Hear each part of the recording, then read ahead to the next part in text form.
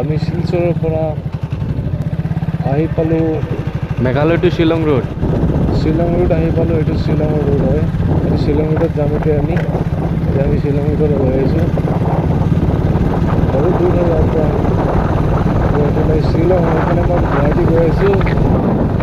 তো Silchar two Shillong, Shillong two Guwahati একেদিনেই মানে 3টা প্লেচ যাবলৈ ইচ্ছা।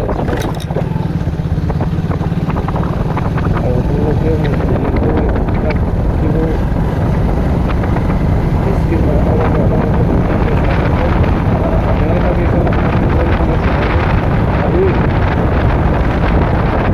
কোনটো বস্তু সকলোতকৈ ভাল লাগিছে শিলচৰ আৰু লামডিং আৰু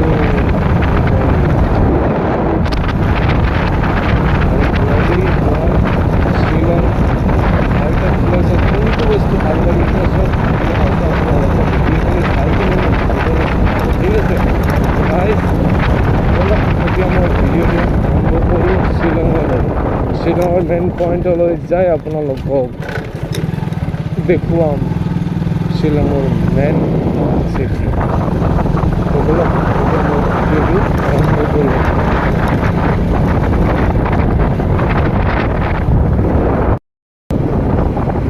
হেল্ল' বন্ধুসকল, কি খবৰ আপোনালোকৰ? আশা কৰোঁ আপোনালোকে সকলোৱে ভালে আছে। আৰু মই ফাইনালি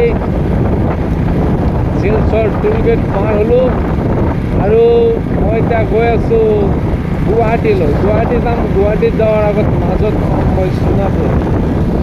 এইটো হয় পাহাৰ এৰিয়া, মানে চাহ বাগান আৰু বহুত ধুনীয়া ধুনীয়া ৰাস্তাত আৰু বহুত ওখ ওখ পাহাৰ হয়। আৰু মই প্ৰথমে যাই কিনে পাম সোণাপুৰ। সোণাপুৰৰ পৰা নেক্সট পাম মেঘালয়ৰ পিছত যাই কিনে পাম মই শ্বিলং আৰু মেঘালয় আৰু সোণাপুৰৰ ৰোড হয় এইটো ৰোডত মই গৈ আছোঁ। আৰু আপোনালোকে মোৰ যোৱাকালি ভিডিঅ'টোত কি চাই ভাল পালে আৰু কোনটো জেগা ভাল পালে আৰু কমেণ্ট কৰি জনা নাছিল। মোক চবে কমেণ্ট কৰি কিনে জনাব কোনটো বস্তু বেছি ভাল পাইছিল আপোনালোকে। মোক সেইটো বস্তু কমেণ্ট কৰি কিনে জনাব। আৰু মোৰ প্ৰথম কথা হ'ল, মই যে ট্ৰেভেলিং কৰি আছোঁ কি বাইক মোক কোনো কমেণ্ট কৰা নাই। বাট মই যদিও কমেণ্ট কৰা নাই, মই আজি আপোনালোকক কৈ দিম। এইটো চাই লওক, মোৰ গ্লামাৰ বাইক হয় 125cc। আৰু মই কালি লামডিঙৰ পৰা শিলচৰলৈ আহিছিলোঁ 6 ঘণ্টাৰ ভিতৰত গ্লামাৰলৈ। গাড়ীখন মোৰ 2 মিনিটমান গৰম হৈ গৈছিল। তাত মোৰ গাড়ীখনৰ কোনো এফেক্ট হোৱা নাই আপোনালোকৰ গুৱাহাটীত। গাড়ীখন মই মবিলটো চেঞ্জ কৰিবলৈ গৈছিলোঁ, বাট মবিলটো চেঞ্জ কৰিব যাই কিনে মবিলটো চেঞ্জ কৰিম বুলি ভাবিছিলোঁ। দোকানত দেখুৱাইছিলোঁ, মতলব গেৰেজত দেখুৱাইছিলোঁ। গেৰেজ মেকানিকে কৈছিল যে আপোনাৰ মবিল চেঞ্জ কৰিব নালাগে। মই কৈছোঁ কিয় বা বোলো 600 পৰা 700 কিলোমিটাৰ হ'লে আপোনাৰ গাড়ীখন চলিব, আপুনি চলাই থাকক। মই তাকে ভাবিলোঁ। শিলচৰৰ পৰা আজিলৈকে যাই আছোঁ, যাম সোণাপুৰ, তাৰপিছত মেঘালয়, তাৰপিছত শ্বিলং, তাৰপিছত গুৱাহাটী গৈ কিনে মই গাড়ীখন মানে গেৰেজত দি কিনে মবিলটো চেঞ্জ কৰাই ল'ম। এতিয়া মই ভিডিঅ'টো আপোনালোকৰ দেখুৱাবলৈ আৰম্ভ কৰোঁ। আৰু ধুনীয়া ধুনীয়া আপোনালোকে যদি চাব খুজিছে মোৰ চেনেলটো ছাবস্ক্ৰাইব কৰি ৰাখিব। আৰু মোৰ কোনটো প্লেচ ভাল লাগিছে, কোনটো জেগা ভাল লাগিছে জনাবলৈ কৰিব। আৰু মই যাতে মই ভিডিঅ' এতিয়া আৰম্ভ কৰোঁ।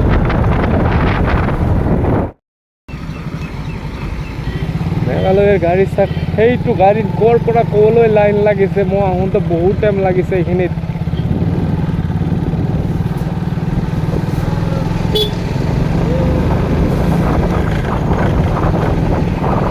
ইমান লম্বা লাইন লাগিছে, গাড়ী অহা যোৱা পূৰা অসুবিধা হৈ গৈছে। আৰু এইটো মেঘালয়ৰ ৰাস্তা হয়।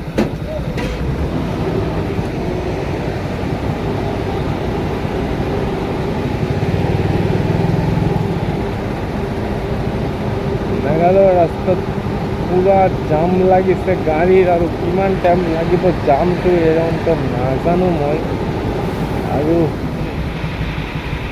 মেঘালয়ৰ ৰাস্তাবোৰ বহুত ডেঞ্জাৰ হয় আৰু এইখিনিত মানুহবোৰ আহোঁতে বহুত ভয় কৰি থাকে আৰু মই আহিছোঁ একো ভয় নকৰাকৈ আপোনালোকক দেখুৱাবলৈ মেঘালয়ৰ ৰাস্তাত সদায় এনেকুৱা জাম লাগি থাকে তো হেল্ল' গাইজ আজি পূৰা জামত ফাঁচি গ'লোঁ মই শিলচৰৰ পৰা আহোঁতে মেঘালয় আৰু শিলচৰৰ ৰাস্তাৰ মাজত পূৰা ফাঁচি গ'লোঁ ইফালৰ গাড়ী এটা গাড়ী বেয়া হ'ল আৰু কোনোফালে যাব নোৱাৰি বহুত ৰাস্তা মানে ব্লক হৈছে সেইকাৰণে মানুহ বহুত অসুবিধা আৰু সেইটো কাৰণে কোনো যাব নোৱাৰে এইটো ৰাস্তাত মই আজি ফাঁচি গ'লোঁ নাজানো গাড়ী কেতিয়া জাম শেষ হ'ব আৰু সেইটোৰ কাৰণে ৰখি আছোঁ অলপ পূৰা ফাঁচি গৈছোঁ ভাই মেঘালয়ৰ ৰাস্তাত আহি কিনে পূৰা ফাঁচি গৈছোঁ ভাই ৰাস্তা একদম পূৰা জাম লাগি আছে পূৰা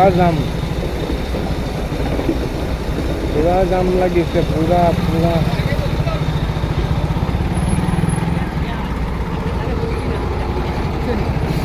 জামত ফাঁচি গৈছোঁ কাষেদি গৈ আছোঁ আৰু কোনোমতে পাৰ হৈ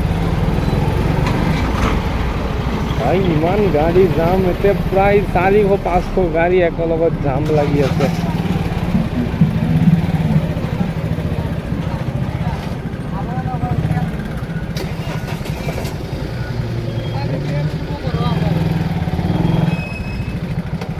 পুৰা যাম মই ৰাইট এণ্ড লেফ্ট চাইড দুটা চাইডতে চাই গৈ আছোঁ তথাপিও গাড়ী পাৰ হওঁতে কিমান টাইম লাগিব মই নিজেই নাজানো এইফালেদি গুচি যাওঁ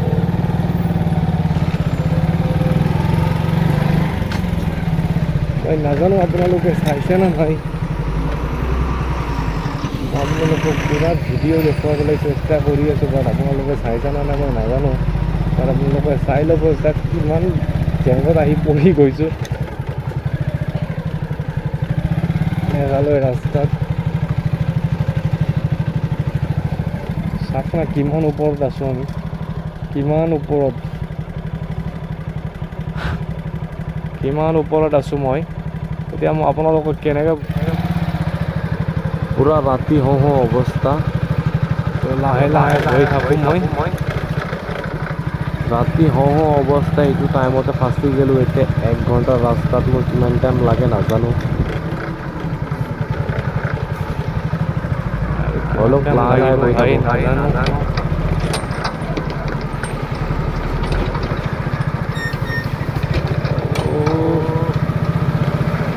জামত পৰি গৈছোঁ পূৰা জামত